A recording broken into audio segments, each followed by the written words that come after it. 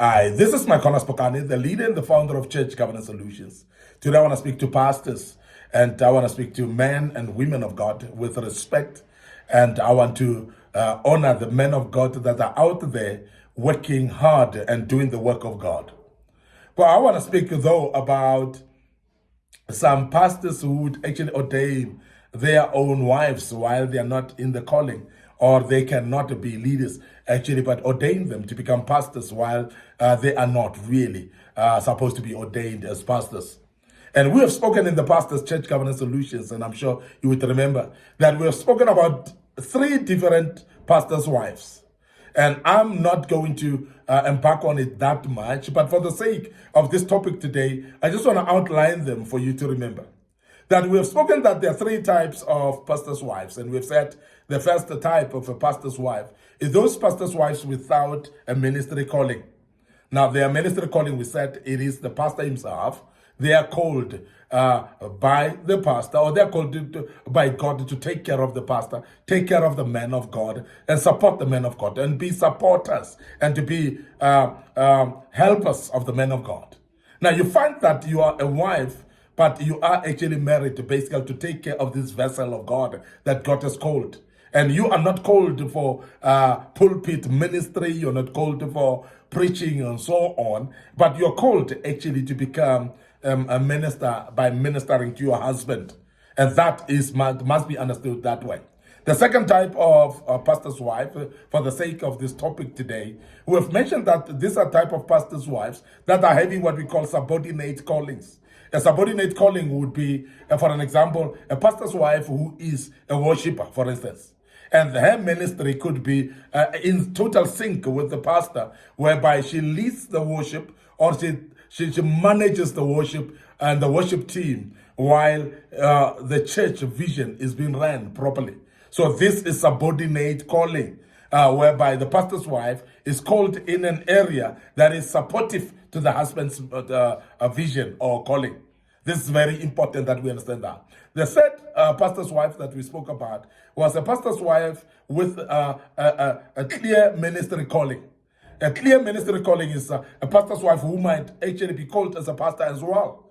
A pastor's wife who might be called as an apostle, who might be called as an evangelist. A pastor's wife that might be called as a prophet as well, or a pastor's wife that might have been called as a teacher. And these are people that are pastor's wives, but they are called in the fivefold ministry.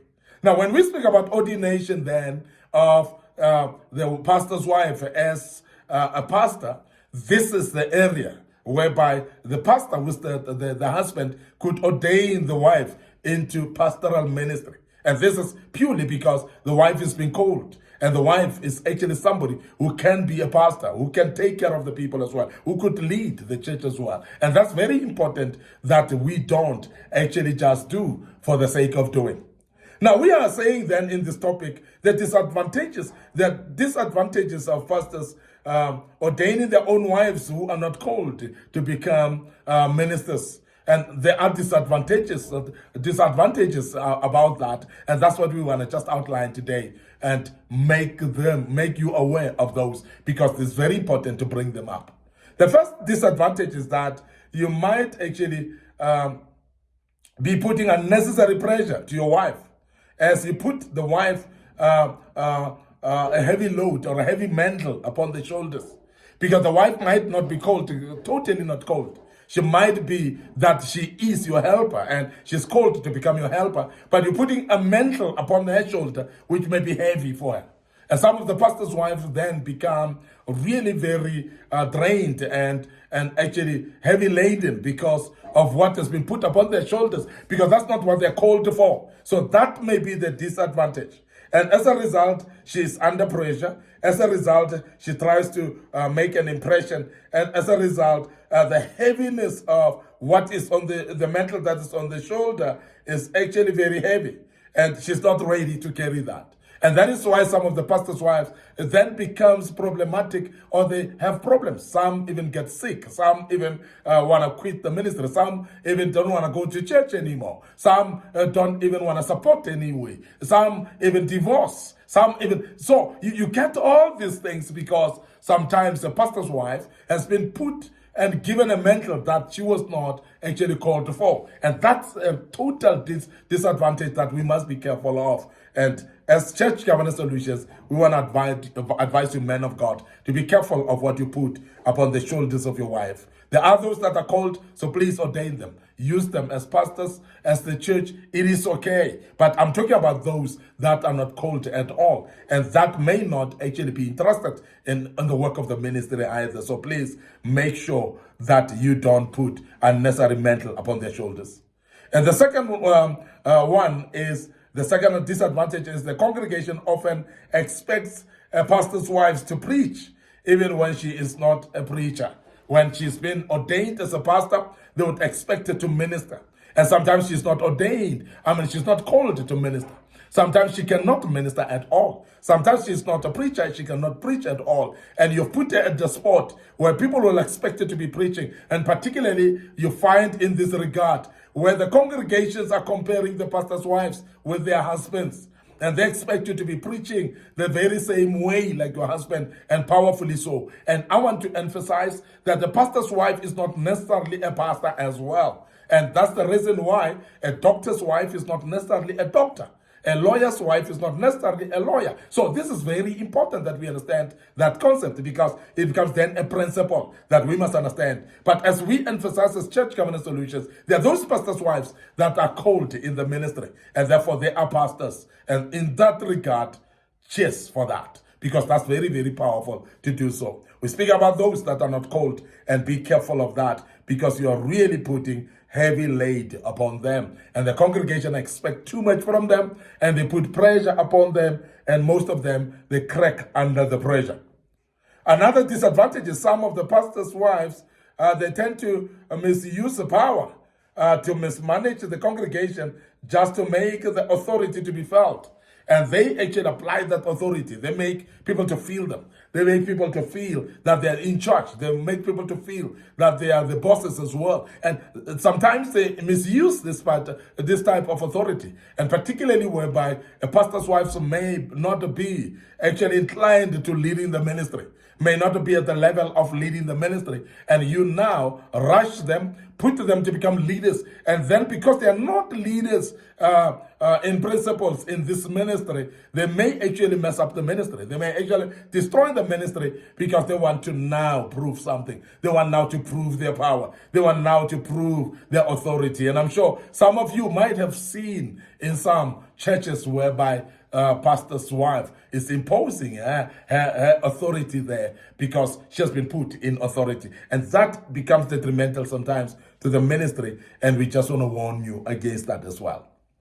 Now, it is also very important that we mention that some pastors' wives, they tend to compete with the husband for leadership. While you've ordained your wife as a leader, ordained your wife as a pastor, and then some of the pastors' wives just become so power hungry that they start even competing with the husbands. And we have seen many ministries whereby the pastor's wife compete with the husband to an extent that the pastor's wives want to take over the ministry. We have seen areas whereby the pastor's wife even go to an extent of saying, I'm the one who's been called in this ministry. And therefore, they subjugate their husbands, they oppress them, they bring them down. We have seen several ministries whereby the pastor's wife become more powerful after being ordained as a pastor as well, even more. Even though she's not actually having the vision herself, she's a support of the vision, but she takes over to an extent that the pastor now follows. And then the vision gets lost along the way. And you say, Pastor, is it true what you're saying? Yes, we have seen that happening, and we've dealt with cases like that in the past. And I want to emphasize that as church governance solutions, we are emphasizing that don't put the pastor's wives at disadvantage, or don't disadvantage your ministry by ordaining your wife just for the sake of ordaining your wife as a pastor. That becomes very detrimental, and that can be having disadvantages as well. The other thing is some pastors' wives, they tend to undermine the church elders, giving instructions sometimes contrary to the husband, whereby because they want to impose their power, they want to impose their authority, and sometimes they even give instructions to the leadership, to the board, to the committee of the church, even superseding the husband, whereby some of the instructions are even contrary to what the husband has given yesterday. Now the pastor's wife come today and undermine the leadership and start giving instructions to the leadership even on those matters that are not actually approved by the husband. And then she expected the husband to actually approve that.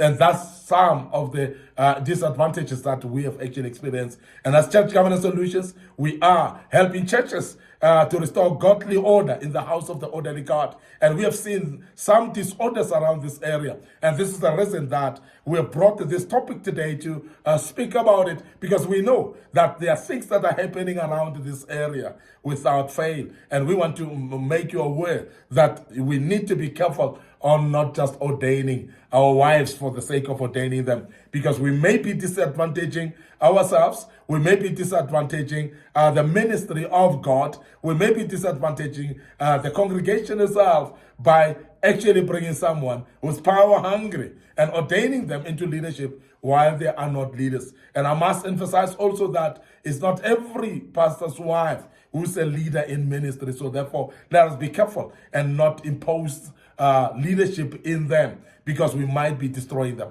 And I've said also that some of the pastors' wives, because they've been strangulated with this, they've been oppressed by these positions, and this becomes heavy for them. The leadership role becomes heavy for them. They start actually becoming despondent, and you are actually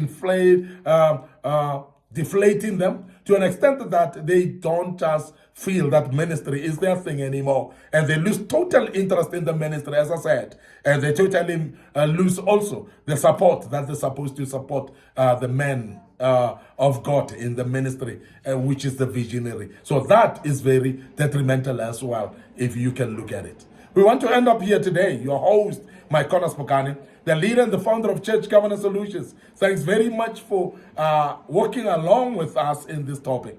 But don't forget as well our social media platform, our Church Governance Solutions Facebook page, and the Facebook page, Micornus Phokane. So please follow us there and make sure that you click notification button as well. Don't forget our YouTube channel. Subscribe to our YouTube channel, Young Men Empowerment Forum, and also Micornus Phokane. Those YouTube channels are ready for you. So please subscribe, because there are a lot of materials that we have posted in the past that are useful for you and your church. And I believe that God will help you through these teachings, and the good Lord will bless you. Don't forget our TikTok account as well. So please follow us on TikTok. It is trending in a big time, and our young followers have started following us in a big way on our TikTok account as well. So please make sure that you follow us there. Allow me to check out right here and say cheers for now.